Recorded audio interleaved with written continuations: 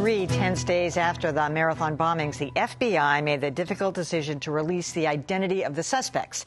The events that followed are impossible to forget. An MIT police officer murdered, a carjacking, a police chase, and a shootout. One suspect is killed, another on the run, a lockdown, and a massive search. Then, a day later, a collective sigh of relief and celebration after the younger Tsarnaev brother was discovered and taken into custody.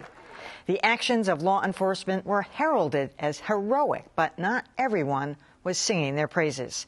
A pair of artists created a collection called Shelter in Plates, depicting SWAT teams and heavy artillery in what they describe as a siege that paralyzed their Watertown neighborhood. I'm joined now by Chantal, Zakari, and Mike Mandel, who designed the plates. Welcome. Welcome to both of you. So Thank you. I can understand this was not a good experience. It was difficult enough to watch, but what exactly was happening to you that night? Why don't you go ahead? Well, during the night we actually did not hear the shootings, but all our neighbors did. It's the next morning. We were searched around 7 o'clock, I think. We saw the SWAT teams coming down the hill and slowly entering every yard and searching our yards. We were in the 20-block perimeter. So you were in the shelter in place? We were, yes. And they came in and systematically searched our backyard. They looked at us from the window, gave us a thumbs up. We gave them a thumbs up, and then they passed. And as they were passing, there would be a policeman at every corner that would stay stationed. Mike, did you feel at the time that it was excessive, or only in hindsight?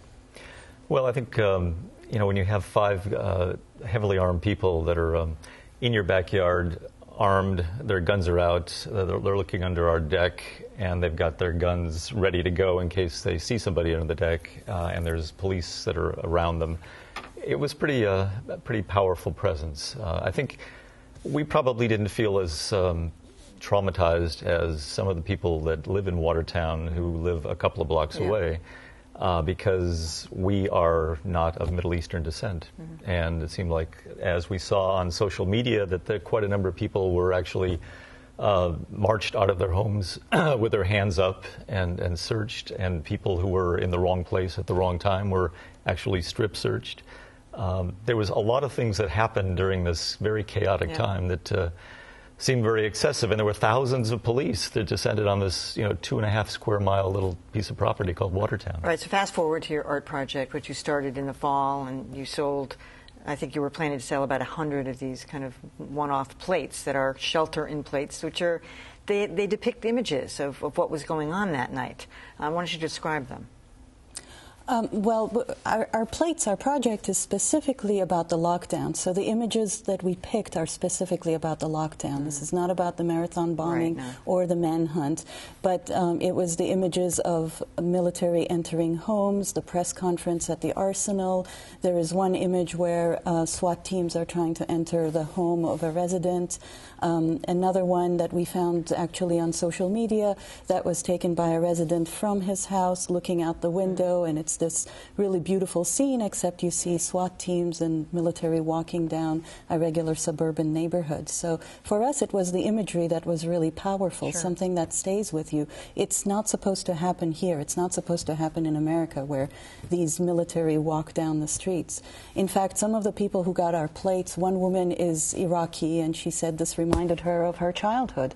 Another man is Greek, and he grew up during the Greek junta regime, and he said this reminded him of those times. It's not supposed to happen here in America. Okay, so fast forward again.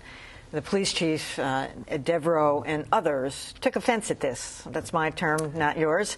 But they called your employers. They said they were trying to profit from this, from the tragic events of that day, and that this was distasteful. Yes. I guess one of the people in Watertown was the chief of police, who was not happy with the project.